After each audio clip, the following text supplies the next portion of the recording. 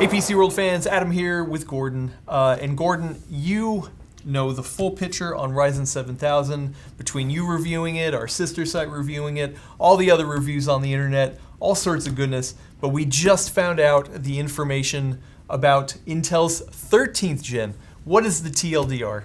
Well, basically it comes down to higher clock speeds, faster P-cores, as you know and love, E-core, P-core, like we saw in Alder Lake, 13 gen continues that, Okay. but P-cores faster. Up to 5.8 gigahertz Up to 5 faster. gigahertz, yes.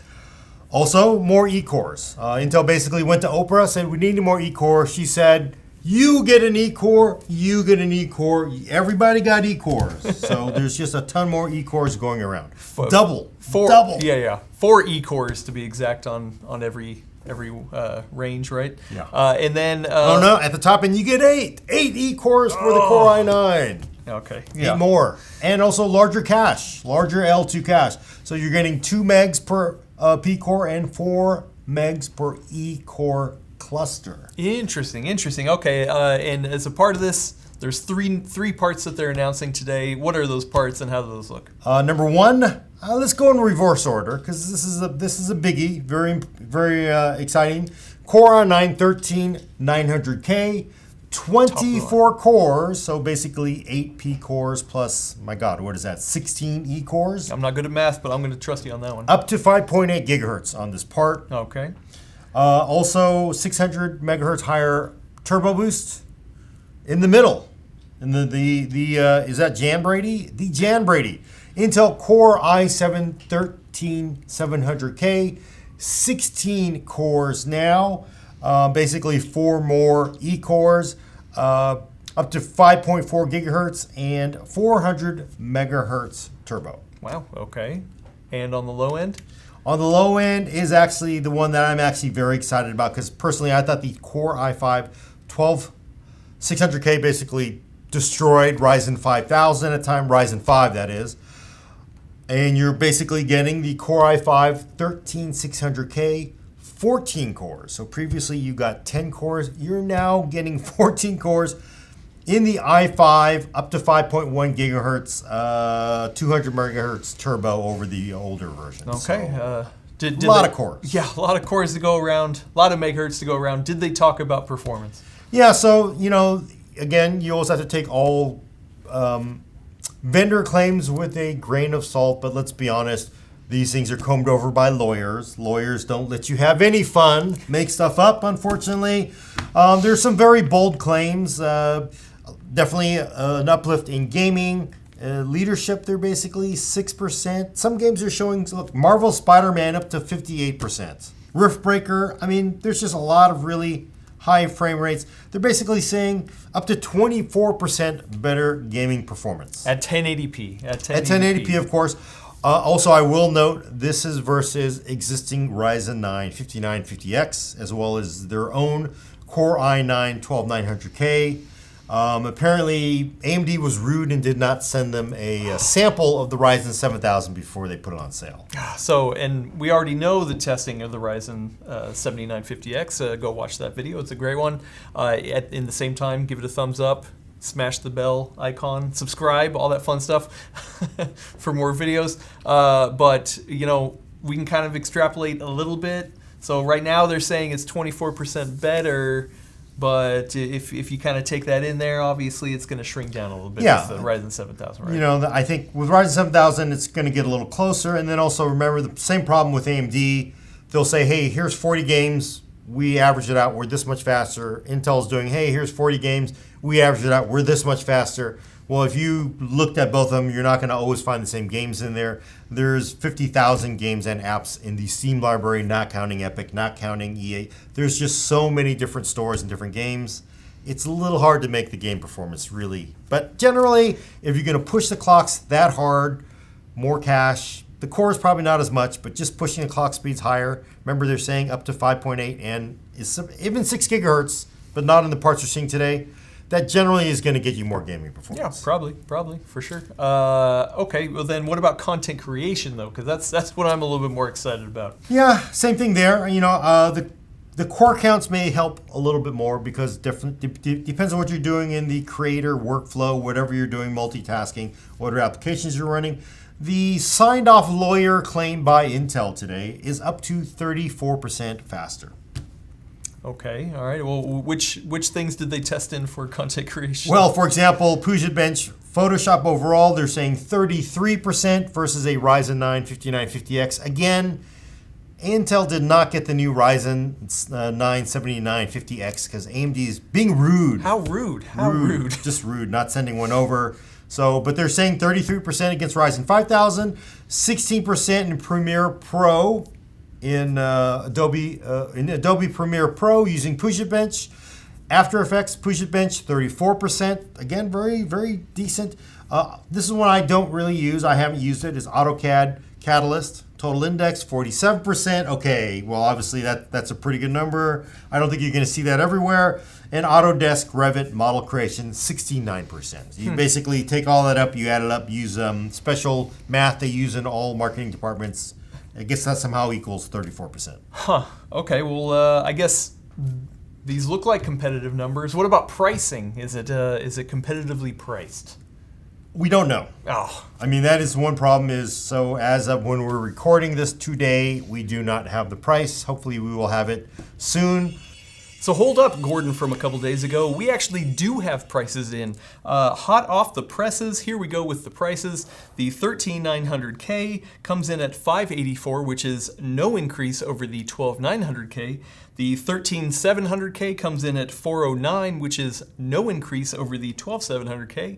And the 13600K comes in at $320, which is $30 over the 12600K. So no increase in prices on the Core i9 and Core i7 parts, but a small increase on the Core i5 part. That's kind of interesting because Gordon and I were talking earlier that Intel was signaling that they were going to have to increase prices, and they actually didn't on the top end parts. They did increase on the mid-range at that $300 level, so that is a bummer, but once again, we'll have to wait for testing to see just how big of a gain it is in that lower end segment, and maybe it's justified over the $300 7600X. Either way, not bad on pricing. I expected personally an increase across the board, so this actually isn't too bad. Now back to you, past Adam and Gordon.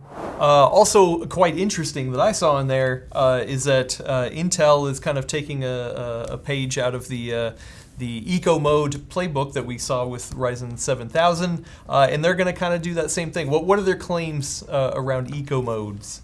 Well, to be fair, these two teams have not met. 13th Gen has not met Ryzen 7000 yet, so you can't say they stole from their playbook yet, No, Internet. True. Just saying, everybody's pushing, in efficiency.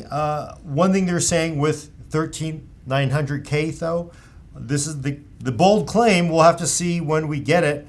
So they're saying a 12900K with a baseline of 241 watts of boost. That's PL1. The 13900K will do that at 65 watts. So they're basically saying it does sound an awful lot like what we've seen with AMD this week, honestly. Right? Because yeah. Remember, Ryzen 7950X faster than 5950X at 65 watts, which is kind of mind-blowing. Intel is saying, hey, our 13900K, same performance as a 12900K with a PL1 of 241 watts. If you push it to 115 watts, you get 21% more multi-threaded performance. If you push it up to 241 watts, it's 37% faster than a 12900K, which is, again, it's no slouch in multi-threaded, although definitely gets beat up pretty badly by Ryzen 7000 that I'm seeing. And if you push it to 253 watts, you're looking at a plus 41%. Which, I should stop right there. That's signaling that these parts at the if you push it to the maximum, they're saying it's going to go up to 253 watts. Because right now the 12900K, 241 watts ish, Yeah. So the TDP. PL1s, So yeah, you're saying the TDP is going to be raised over to 12 gen. It will definitely push it a little harder than the previous generation, but again, they're saying, hey, it's cool. at 65 watts, the microarchitecture and the chip itself will actually perform the same. That's not saying the same as AMD's EcoBoost, but I suppose you could tune a 13900K down to 65 watts. It's not clear to me that they're going to say you should do that for this instead of buying a 65 watt CPU. Yeah. But either way, I'm excited to live in this world of interesting ways that you can configure your CPU based off of what power you want to target. So, also, it looks like there's a couple software improvements for it. What are they? Yeah, so Intel has what they're calling Intel Thread Director 2. Basically, I will read you The sequel. The sequel. Yes, sequels are sometimes better. Updated. I'm just trying to think. Godfather 2 better than Godfather 1? Not sure. Updated thread class boundaries by machine learning techniques. Basically, it's going to get, smarter, better. Original thread director basically managed where all the threads from software and the OS should go. It sounds like from their learnings, as they like to say, it's even better. This next point, though, really a little controversial. Windows 11 22H2, which is the new version of Windows 11, it's just starting to roll out now. Optimized handling of background services, utility quality of service versus user-initiated background tasks, low quality of service.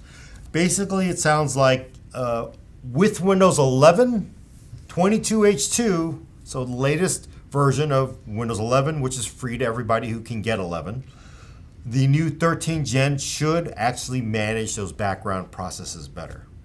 So a lot of this, or at least some of this performance, might actually be tied to Windows 11, which is, of course, going to set some people off because they don't like right mouse clicking and then right mouse clicking some more to get to what they want to get to. Yep. Microsoft. I'm still on Windows 10, so I guess I'll see what I get. And also dynamic tuning technology coming to the mobile versions of these chips. That is actually the one big black hole in my map here. Well, we have information on the desktop parts, which frankly everybody on YouTube gets super jazzed and angry about all the time. We don't know much what's happening with the 13 Gen mobile parts, so those are definitely coming. Okay, all right. Well, at the end of the day, with everything that you've seen from Intel, obviously we'll need to wait for final testing. But then all the testing that you've done from Ryzen 7000 and all the testing everyone else has done, should you wait to upgrade and buy into 13th Gen, or do you think it's fine? Just go ahead and buy Ryzen 7000. All sorts of goodness. We've seen how good it is. Just go ahead and buy Ryzen 7000. Well, I'm gonna recommend, because you have to think about this, because we have in hand Ryzen 7000 benchmarks. Good you stuff. See it. Go Good to the stuff. web video. It's awesome. It's an impressive chip. It's definitely the top tier performance CPU for desktop users. Right now, seeing what I'm seeing from Intel, basically saying 15% better single-threaded performance, 41% better multi-thread performance, that's in spec.